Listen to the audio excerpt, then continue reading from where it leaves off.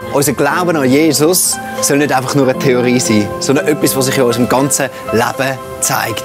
Einen aktiven Glauben zu haben. Und das ist das Ziel von Paulus, als er den Kirchen geschrieben hat, hey, es gibt wie so 5 Rollen. Ein Evangelist, ein Apostel, ein Hirt, ein Prophet und aber auch ein Lehrer. Und das ist unsere Kirchenkultur, die wir leben wollen. Und das bedeutet, erlebst du in dieser Serie Active Faith.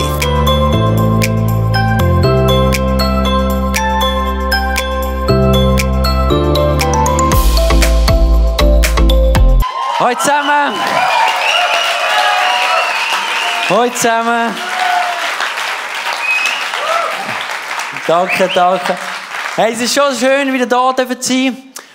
Ich habe meine besten 20 Jahre im 20s verbringen. Die mich nicht kennen, ich bin der Dan Nüsch, verheiratet mit einer Frau und 3 Kindern. Und ich liebe es wirklich, da zu sein. Ich habe da meine Freunde gefunden. Ich habe da den Götti von meinen Kindern gefunden. Ich bin da der Götti geworden von Kindern, von Leuten von da. Da verändert Leben. Das Einzige, was ich nicht da gefunden habe, ist meine Frau. Die habe ich jetzt auch Strahlung gefunden. Aber gute Chance für dich. Vielleicht da innen hat es gute Leute. Mehr sage ich nicht. Hey, sind ihr ready für Active Faith? Ich habe mich überlegt, gibt es überhaupt etwas anderes als Active Faith? Also Faith, Glauben ist ja nur Glauben, wenn es aktiv ist. Weil Glauben zeigt sich in unseren Daten, wie man ja gehört, dann auch jetzt im Teaser. Und darum liebe ich es. Und ich muss sagen, wenn ich immer da ankomme, ich sehe ausgelebten Glauben. Ich sehe Active Faith. Ich bin gerade begeistert worden. Kurz mit der Michelle geredet. Sie ist im College. College, come on, College. College. Und auf jeden Fall läuft sie da hin, sieht jemanden, spricht sie an, denkt, ja, vielleicht kann ich die in 20s einladen. Und die will auch in 20s kommen. Sind beide das erste, also nicht das erste Mal, aber alleine im 20s, aber haben sich jetzt kennengelernt. Und als ich sie gesehen habe, dann dachte ich, das ist ihre beste Freundin. Und dann hat sie gesagt, nein, gerade kennengelernt vor 2-3 Minuten. Und ich liebe das, zeigt etwas von dieser Liebe. So viele Leute, die so viele Jahre lang schon da am Dienen sind. Der Joni, der immer am Stuhl aufstellen ist und ich ihn schon so lange kenne und einfach gesehen, hey, das sind, man sieht an der Tat, an der Treue, an der Freundlichkeit, an der Liebe, da ist Glaube und gelebt wird. Darum gebt doch mal euch einen Applaus. Hä? I love you guys.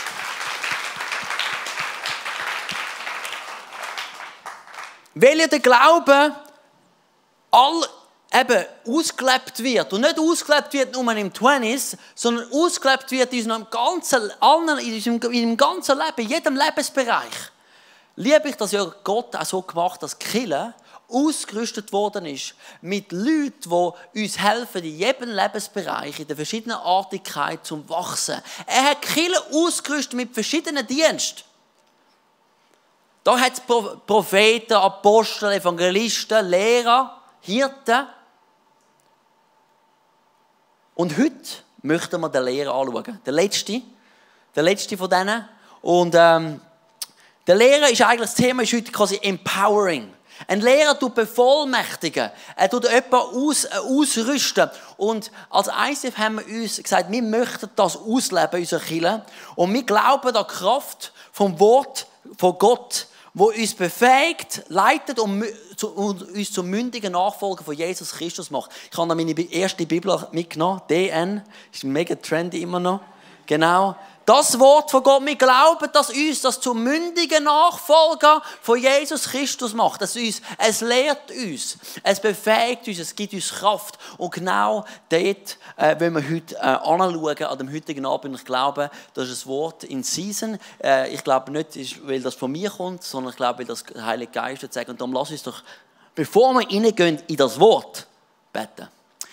Heiliger Geist, ich lade dich ein, einfach zum kommen und jetzt das Wort zum Leben erwecken lassen. Dieses Wort ist lebendig und ich möchte das wirklich sehen, wie es heute plötzlich auch ganz frisch in jedes Herz hineingeht, da in diesem Raum und allen, die per Podcast schauen. Heiliger Geist, ich danke, dass keine Person da per Zufall da ist. Ich danke, dass du einen wunderbaren Plan hast. Und ich glaube und bitte, dass wir nicht gleich rauslaufen, wie wir reingekommen sind. Dass die Leute, die vielleicht keine Perspektive haben, wieder eine neue Perspektive bekommen. Die hoffnungslos sind, wieder eine neue Hoffnung bekommen. Die Kraft suchen, ich danke, werden sie Kraft bekommen. Bei dir, die Ermutigung brauchen, dass sie wieder gestärkt werden durch dich. Ich danke, wie du das heute Abend machen und ich ehre dich für das. Amen. Hey, wenn du die Bibel da hast oder du hast das Handy, wir tun dich ein bisschen Bibel lesen. Ist das okay? Hä? Ich weiss, ihr seid ja die unglaublich begeisterten Bibelleser. Epheser 4, Vers 11 bis 14. Schlüsselvers für die Serie und wenn wir heute abschließen. Und da steht, und so hat Christus denn auch seine Gemeinde beschenkt. Er hat ihr die Apostel gegeben, die Propheten und Verkündiger der rettenden Botschaft. Genauso wie die Hirten und Lehrer, welche die Gemeinde leiten und im Glauben unterweisen. Sie alle sollen die Christen für ihren Dienst ausrüsten, damit die Gemeinde, der Leib von Christus, aufgebaut und vollendet wird. Dadurch werden wir im Glauben immer mehr eins werden und miteinander den Sohn Gottes immer besser kennenlernen. Wir sollen und jetzt kannst du unterstreichen, mündigen Christen heranreifen. Zu einer Gemeinde, die ihn in seiner ganzen Fülle widerspiegeln. Dann sind wir nicht länger wie unmündige Kinder, die sich von jeder beliebigen Lehrmeinung aus der Bahn werfen lassen und die leicht auf geschickte Täuschungsmanöver hinterlistiger Menschen hereinfallen. Also, ich hoffe, du hast das schon mal gehighlightet oder unterstrichen, was auch immer. Mündig oder unmündig ist irgendwo von Wichtigkeit. Wir haben unsere Aufgabe, selber und andere Leute zu helfen, dass sie mündig werden. An reife Nachfolger von Jesus. Im Kolosser 1, Vers 28 steht Folgendes. Diesen Christus verkünden wir.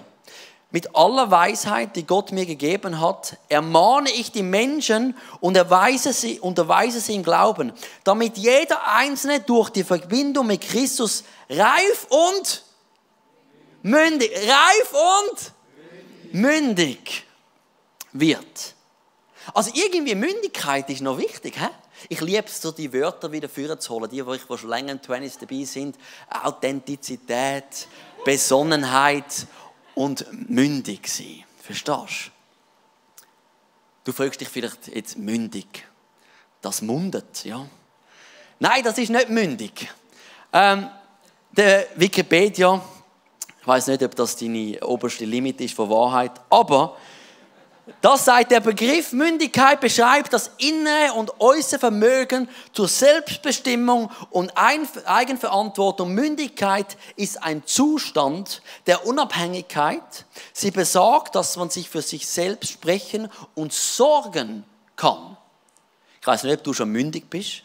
In der Schweiz ist man grundsätzlich, wenn man es nicht richtig verbockt, ab 18, mündig, volljährig und kann sich für sich selber reden und sprechen und kann alles eigentlich entscheiden, außer die gewissen Clubs gehen. Aber kannst mit dem leben. Aber mündig, ich weiß nicht, was du dir schon überlegt hast. Es gibt auch mündig im christlichen Sinn. Aber eben mündig hat ja etwas damit zu tun, dass, hey, ich weiss, was gut ist für mich, ich kann Verantwortung übernehmen, ich kann mir selber Sorge tragen. Das Gegenteil von unmündig ist eben, das Kind ist unmündig. Das Gegenteil von einer Person, die mündig ist, die für sich selber sorgen kann, ist ein Baby. Ich habe eine Erfahrung. Und ich sage dir eins, sie sind unglaublich unmündig. Also denen musst du alles sagen, oder? Und alles vorsagen und schauen und machen und tun. Und ich liebe es jetzt, unser Jüngster ist jetzt 2,5, der wird bald 3. Und der kann immer schon mehr, oder? Aber zum Beispiel ist er immer noch nicht so mündig, dass er mir sagen kann, Daddy, ich muss jetzt schiessen, ich muss jetzt auf die Toilette, oder? Ich muss ihm eine Windel anlegen. Ist er noch herzig als Baby. Oder als Baby geht das noch. Oder zum Beispiel meine mittlere Tochter, die ist jetzt 6,5 und wird bald 7. Und die ist schon in vielen Arten schon ein bisschen mündiger geworden. Schon selbst kann sich mehr Verantwortung übernehmen, ist ein bisschen selbstständiger. Aber im Herbstcamp vom ICF, wo wir nächstes Jahr wieder auf Kroatien gehen, wo ich gehört habe, 20 kommen mit, glory to God, it's gonna be awesome. Auf alle Fälle gibt es ein Buffet und du musst mündig sein, um mit diesem Buffet gut umzugehen. Oder?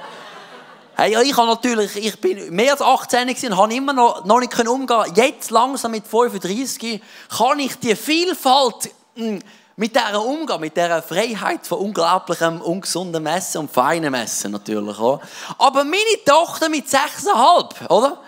Zuerst haben wir gesagt, Kinder, eine Woche von Freiheit. Essen, was ihr wollt, essen so viel, was ihr wollt. Nach 2 Tagen, meine Frau, es gibt Regeln. Oder? Fertig, Mündigkeit, oder? Er hat aber gesehen, wie die essen, dann gesagt, nein, das kommt nicht gut, dann gibt es Verstopfung, oder? Und dann brüllen sie wieder, oder? Und er hat gesagt, es muss Minimum ein Stückchen grün, Farbe muss auf den Teller, oder? Meine ältere Tochter, die ist schon, bald schon 8, oder? Und die ist so krass, die ist irgendwie in ein paar Bereichen vorgeschritten als ich. Und ich habe gesagt, ich nehme nur so viel, wie ich essen kann. Und wenn ich alles gegessen habe, erst dann kann ich nochmal holen. Oder? Und ich so, wow. Nein, no food waste, Daddy. No food waste. Also, okay. Teach me. Ich weiss nicht, ob du mündig bist in deinem Leben. 18, glaube ich, dass du bist, aber die Realität ist, du kannst 18 sein und immer noch total unmündig leben. Wo plötzlich mit deiner Freiheit überhaupt nicht kannst umgehen und total overboard gehst. Und das Krasse ist, ich sehe so oft unmündige Christen, die so wie Grown-up-Babys sind. Und ich sage dir, Grown-up-Babys, gut, das ist fast herzig. Aber Grown-up-Babys sind nicht mehr herzig. Verstehst du, man ist noch herzig, wenn du Windeln hast. Mit 2. Sollte bald raus, aber mit Erwachsenen nicht mehr. Ist noch herzig, wenn einen Ausraster hast, nur weil du etwas nicht überkommst. Aber wenn du erwachsen bist und dann auch immer noch einen Ausraster hast, aber allem, was du nicht überkommst, ist nicht mehr herzig. Und ich merke, im Geistlichen sehe ich so oft Leute, die sind so abhängig von dem, was sie überkommen, da am Freitagabend. Wenn sie da eine gute Nahrung bekommen, dann haben sie ein paar Tage eine gute Zeit, aber sobald sie in die Ferien gehen und ihr Umfeld, ihre Routine ist anders, wissen sie nicht mehr, wie sie umgehen mit dieser Freiheit und plötzlich merken, meine Prioritäten sind ganz falsch und plötzlich habe ich gar nicht mehr meinen Fokus auf Gott und plötzlich habe ich da und ich weiß gar nicht, wie ich umgehe. Und das ist unmündig. Ist okay, mal dort zu sein, weil wir sind ja alle mal unmündig gewesen. Ich möchte das klarstellen. Aber wenn du ewig dort bleibst, das ist nicht das Ziel. Es wäre kriminell, wenn ich möchte, meine Kinder unmündig behalten lassen. Ich möchte sie behalten, unmündig. Ich möchte sie behalten, abhängig von mir. Ich möchte sie behalten, dass sie immer mich fragen, was sollen sie machen, ob das weiss ist oder nicht weiss. Soll ich das machen oder nicht das machen? Darf ich das machen oder darf ich das nicht? Wenn ich das machen will, es wäre kriminell. Aber oft im christlichen Leben, wir lieben es sogar und wir merken, nein, die Brüder, die müssen zu mir kommen. Weißt du, um immer wieder mal ein bisschen Ratschlag, Nahrung zu bekommen, die müssen zu mir kommen. Die müssen ein bisschen abhängig sein von mir, vom Pastor, ein bisschen abhängig vom Small Group Leiter, ein bisschen abhängig vom Worship Team Leiter. Ein bisschen abhängig ist gut. Nein, es ist okay für eine Season. Aber irgendwann sind wir berufen, mündig zu sein. Selber können weise Entscheidungen führen. Selber können die Beziehung mit Gott leben in der Schönheit. Ein anderes Zeichen von Unmündigkeit, das ich immer wieder sehe, ist, wie wir rumlaufen und dann hören wir eine Glaubensmeinung, hören wir plötzlich mehr und wir dann alles andere über den Haufen rühren. Und wir glauben einfach gerade dem, was wir am meisten hören. Das ist unmündig. Nur das, was wir gerade am meisten hören. Oder dann passiert mal etwas nicht. Wie wir es unser momentanen Glaubenskonstrukt vorstellen und plötzlich merken, nein, es stimmt alles nicht mehr. Stimmt alles nicht mehr. Und dann plötzlich haben wir keine Ahnung mehr, was wir machen und merken, ja, aber baust du dir nur auf das? Ist es nicht tiefer? Oder ich sehe Leute, die sagen, ja, oder in der Bibel, der Paulus sagt, ich muss auch immer noch Babynahrung geben. Was meint er mit dem? Ich beobachte immer wieder Leute, die dann gibt es eine Bewegung, eine Kirchenbewegung, wo ein Wert vom Kirchenausleben mehr betont, weil es eben wichtig ist, weil es wir vielleicht in unserer letzten Zeit zu wenig betont haben. Aber anstatt einfach merken, das ist jetzt eine Betonung, die man mehr nehmen, aber das andere immer noch behalten, das Alte über den Haufen rühren. Das ist unmündig. Wenn plötzlich Gnadenbewegung da ist, dann Glory to God, vielleicht müssen wir das ein bisschen mehr checken, aber hoffentlich sind wir mündig genug, zu merken, das ist immer noch, wo kommt Gnade und was bedeutet das und wie lebt sich das aus und wie zeigt sich das aus im Miteinander. Verstehen Sie, was ich meine? Ich glaube, Mündigkeit haltet uns davon ab, einmal so zu sein, einmal so zu sein. Wie heißt es da in der Bibel? Let me read it again. Epheser 4, Vers 11. Dann sind wir nicht länger wie unmündige Kinder, die sich von jeder beliebigen Lehrmeinung aus der Bahn werfen lassen und die leicht auf geschickte Täuschungsmanöver hinterlistiger Menschen hereinfallen. Weißt du, ich liebe es, wenn Leute sagen, ja, jetzt müssen wir wieder nur evangelisieren, jetzt müssen wir nur, nicht nur, aber jetzt müssen wir wieder mehr evangelisieren, wir müssen wieder mehr Jüngerschaft, wir müssen wieder mehr Kleingruppen, wir müssen mehr wieder Celebration, dann kommen die ein.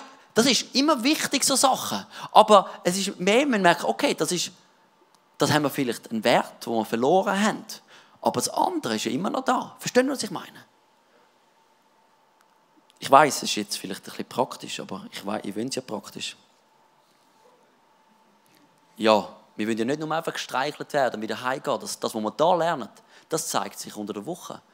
Ich möchte sehen, dass unter der Woche, wie wir mit Geld umgehen, wie wir mit Beziehungen umgehen, dort zeigt sich, ob uns auch unser mündig sind mit Jesus. Wie wir miteinander umgehen, wie wir mit dem Chef umgehen. In jedem Lebensbereich. Und ich liebe es zu sehen, Leute, die anwachsen in die Mündigkeit. Der Sven da vorne ist für mich so ein Vorbild. Ich mag mich noch erinnern, ich habe ihn vor knapp 2 Jahren. 2, oder? Yes. 2 Jahre. Vor 2 Jahren habe ich dich getroffen. Yes. Das erste Mal in der Lobby in der Samsung Hall. Yes. 3 Monate lang gläubig. Ja, du bist so begeistert wie einfach ein Kind halt. Verstehst du? Du bist auch noch jung gewesen. Du bist immer noch jung. Aber ich bin ja auch noch begeistert. Auch mit 35 und hoffentlich noch mit 60. Anyway. Aber ich durfte jetzt in den letzten Jahren mit dem unterwegs sein. Und dafür sehen, wie du zu einem mündigen Mann Gottes angewachsen bist, der weise Entscheidungen, weise Freundin hast ausgewählt. By the way, come on, glory to God. Nein, das zeigt sich auch dort. Hey. Aber erzähl mal schnell, was hat dir geholfen in diesem Prozess? Am meisten hat mir geholfen, ja, schau, am Anfang, wie du gesagt hast, ich war voll begeistert, ich war voll on fire, aber ich habe so gemerkt, wirklich, ich habe eigentlich keine Grundlage. So das Wort Gottes, ich habe es so wenig gekannt und ich habe gemerkt, wow, ich muss das wirklich kennenlernen. Ich habe so einen Hunger danach gehabt, ich habe so viel gelesen in der Bibel. Aber am Anfang, wenn man so die Bibel neu kennenlernt, kann es so schwierig sein. Du verstehst nicht genau, was drin steht. Du weißt nicht immer, was gemeint ist. Und am Anfang haben mir so viel die Menschen rund um mich herum geholfen. Du, meine Familie, mein Schwager, meine Schwester, einfach die Leute, die mich in der Kirche ermutigt haben, wo ich all meine Fragen stellen konnte. Am Anfang bin ich so oft zu ihnen gegangen, ich habe mich austauscht. Und dann, je länger, je mehr, immer mehr in der Bibel gelesen, immer mehr mit den Leuten unterwegs gewesen, habe ich plötzlich gemerkt, ich kann selber meine Entscheidungen mit Gott anschauen. Ich bin selber mit dem Heiligen Geist in eine Beziehung gegangen. Es ist viel, viel tiefer geworden. Und plötzlich bin ich weniger abhängig von diesen Leuten rundherum und habe einfach viel mehr meine eigenen Entscheidungen mit dem Heiligen Geist getroffen. Ich glaube, es sind wirklich die 3 Bereiche gewesen, weil ich die Bibel immer dabei hatte, Menschen um mich herum hatten, die mich gepusht haben und eine persönliche Beziehung zum Heiligen Geist hatte, bin ich ja voll mündig geworden, wie du würdest sagen. So, come on! Und jetzt im ICF Kids so einen guten Platz. Hey. So einen guten Platz. I love you, man. Ich liebe das zu sehen. Verstehst du? Er kommt jetzt nicht mehr immer um jeden Verrat bei mir fragen. Das ist schon mega schade. Aber das ist der Point. That's the point. Weil es kommt wieder jemand Neues zum Glauben. wo ein neues Baby ist, im Geistlichen. Und dann braucht es jemand Neues, der sagt, ich kann dir helfen. Ein Baby geht schon ein bisschen. Aber es ist besser, wenn einer sagt, hey, ich bin selber schon den Weg gegangen. Wo dir helfen. Lass uns anfangen, ganz praktisch, in den letzten 10 Minuten, wie können wir helfen, anderen Leuten in Mündigkeit hineinkommen, im Geistlichen. Und ich glaube, es fängt an dort, logisch, wo man sagt, eben, jemand fängt an und sagt, ich tue mein Leben auf für Jesus. Und es fängt eine Wiedergeburt an. Und die Person, die ist vielleicht, die weiss noch nicht, wie mit der Bibel umgehen. Da braucht es Jüngerschaft, da braucht es jemanden, der sagt, ich helfe dir jetzt die Bibel lesen. Die weiss vielleicht noch nicht unterscheiden, was ist jetzt der Heilige Geist, welche Stimme ist, die hilft, um zu sagen, das tönt nach dem Heiligen Geist, das vielleicht weniger. Das braucht es. Die Leute, die sagen, hey, ich nehme dich an meine Seiten und ich lehre dich alles, was ich weiss. Ich weiss auch noch nicht alles. Siehst du, ich bin auch noch nicht fertig ausgelehrt. Wir sind nie fertig ausgelehrt, was ich möchte sagen, aber plötzlich wir haben eine gewisse Stärke, die wir entwickelt haben. Und das fängt dort an. Ich wäre nicht der gleiche. Ich weiss ja, über Jüngerschaft haben wir schon geredet. Aber ich wäre nicht der gleiche Mann ohne Leute, die sagen, ich nehme dich an meine Seite. Ich glaube an dich. Und alles, was ich weiss, gebe ich an dich weiter. Und ich möchte, dass du eines Tages weiterkommst als ich selber. Ich möchte, dass eines Tages du mich nicht mehr für jedes brauchst. Aber alles, was ich jetzt weiss, hilfe ich dir. Das gebe ich dir weiter. Jüngerschaft ist so entscheidend. Und das Zweite ist das Wort Gottes, wie du das erwähnt hast, oder? Du hast die Leute auf deine Seite, deine Schwester, deine Bekannten, aber dann bist du selber lesen. Und wir kommen nicht darum herum, selber das Wort Gottes zu lesen, selber anfangen zu lesen. Lass uns das anschauen, was die Bibel sagt über die Bibel.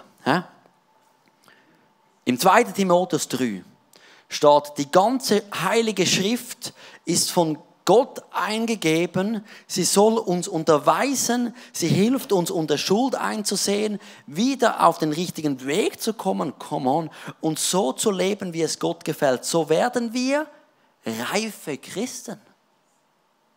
Und als Diener Gottes fähig, in jeder Beziehung Gutes zu tun. Wir werden fähig, plötzlich in der Situation wissen, wie wir uns verhalten sollen. Auch wenn nicht immer gerade unser Kollege, der schon mehr weiss, dabei ist, sondern wir werden fähig durch das Wort Gottes. Das Wort Gottes hilft uns, reif zu werden.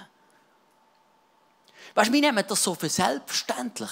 Aber nur 500 Jahre. Vor 500 Jahren hat man die Bibel noch nicht in unserer Sprache lesen.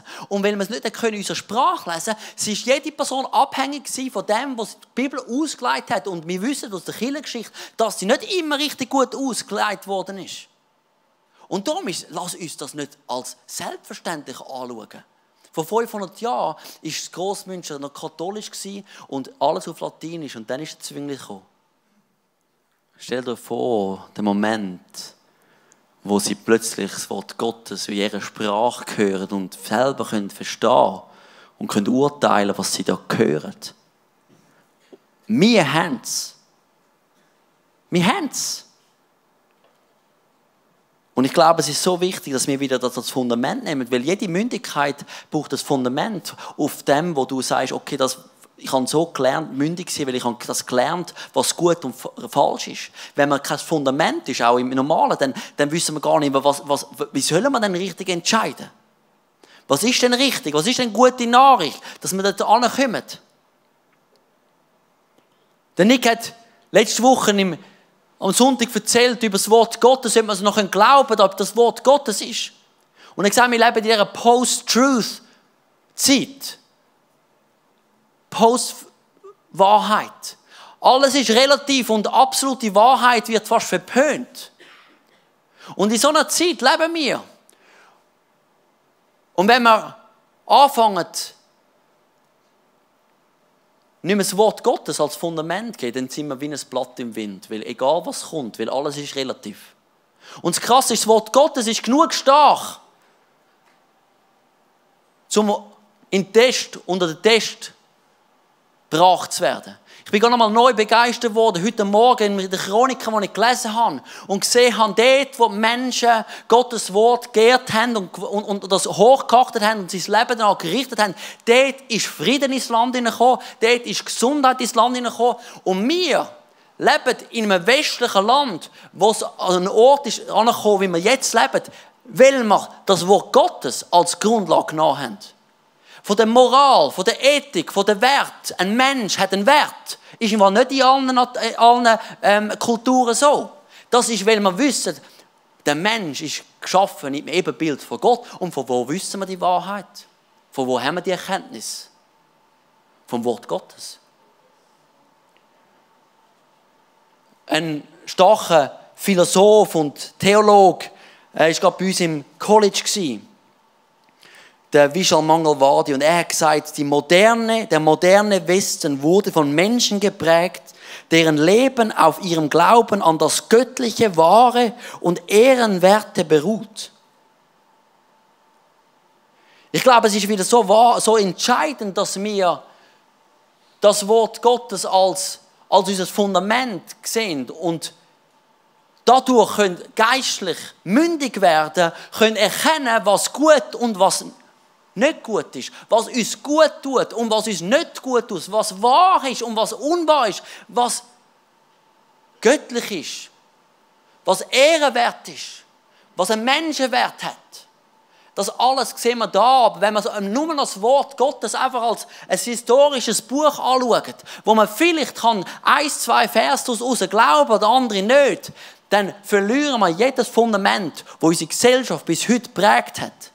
Und wir werden die Resultate davon in den nächsten Jahren ernten. Und teils sehen wir jetzt schon. Und ich bin immer wieder erstaunt von der Hoffnungslosigkeit von gewissen Leuten, die sagen, ja, aber nein, wie sollen wir noch mit all diesen Sachen umgehen? Und was ist jetzt noch richtig? Und was sollen wir da? Und ist jetzt ein Mann noch Mann? Oder ist eine Frau noch Frau? Oder ist das jetzt einfach, kannst du auswählen? Wenn du nicht mehr irgendwo das Fundament hast, dann bist du total ein Blatt im Wind, was gerade die Gesellschaft sagt, den Weg gehst. Aber wir brauchen wieder Männer und Frauen, die sagen, ich glaube das.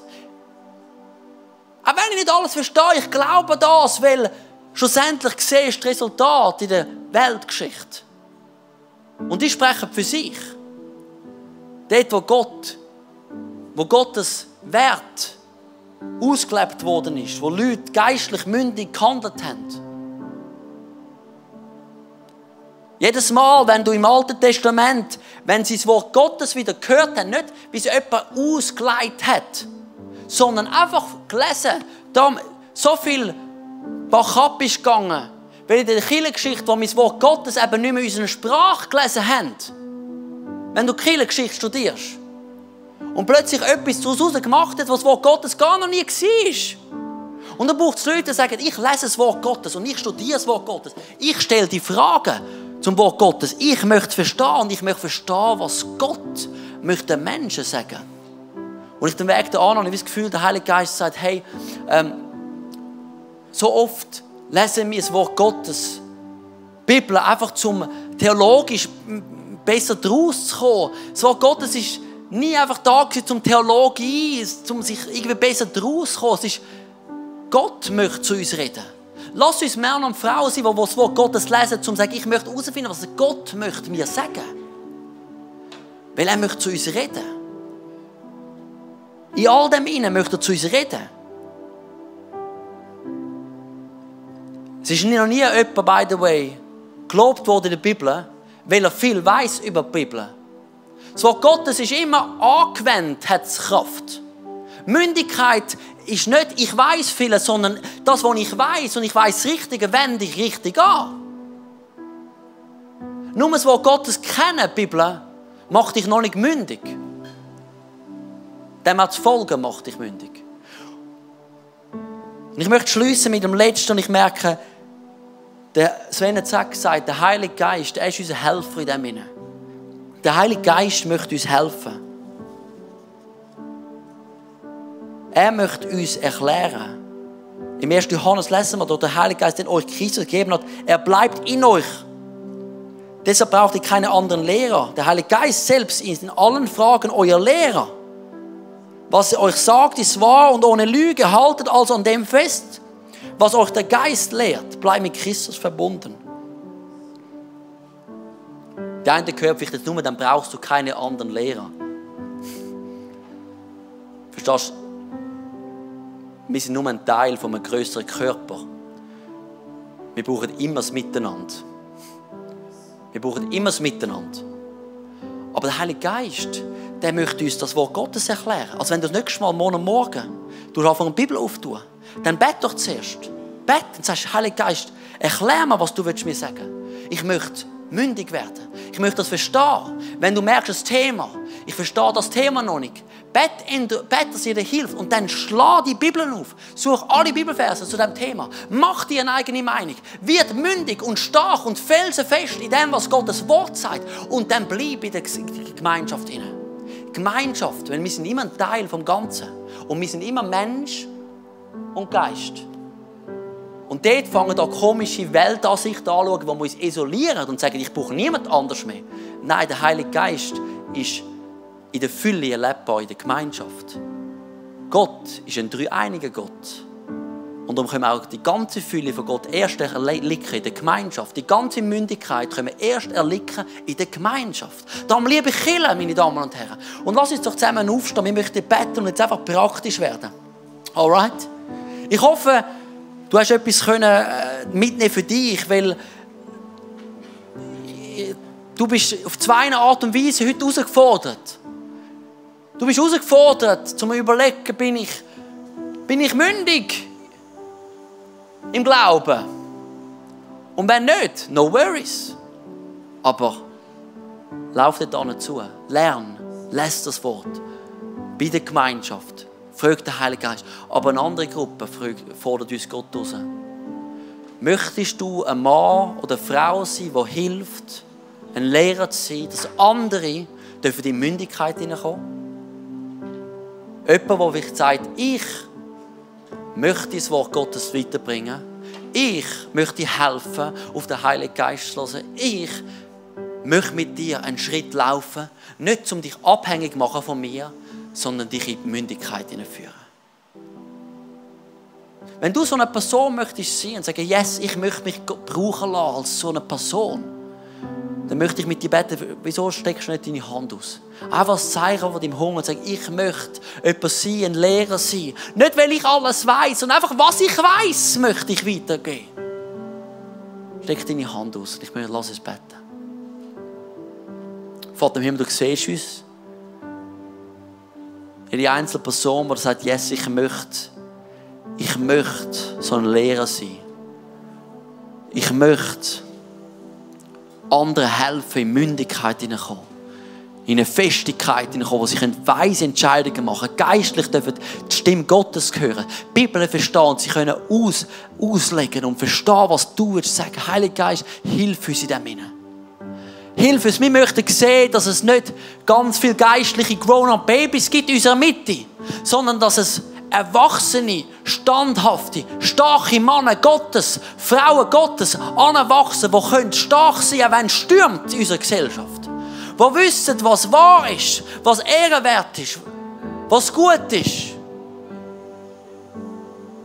Hilf uns in dem hinein. Hilf uns in dem hinein, dass wir nicht die Leute in eine Abhängigkeit von uns selber führen, sondern in eine Nähe zu dir führen. Wir brauchen dich in dem hinein. Wir brauchen dich so fest.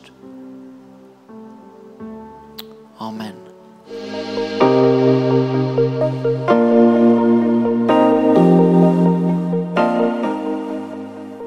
Wenn Gott durch so Messages zu dir redet, ist das mega kostbar. Darum nimm den Schatz unbedingt mit in deinen Alltag.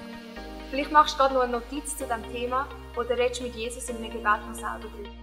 Es ist unsere Leidenschaft als ICF 20s, junge Menschen zu begleiten auf ihrem Weg mit Gott und sie dabei zu unterstützen. Hey, und wenn du den ICF 20s besser kennenlernen willst, dann komm doch vorbei. Wir treffen uns jeden Freitagabend in der Samsung Hall in Stettbach.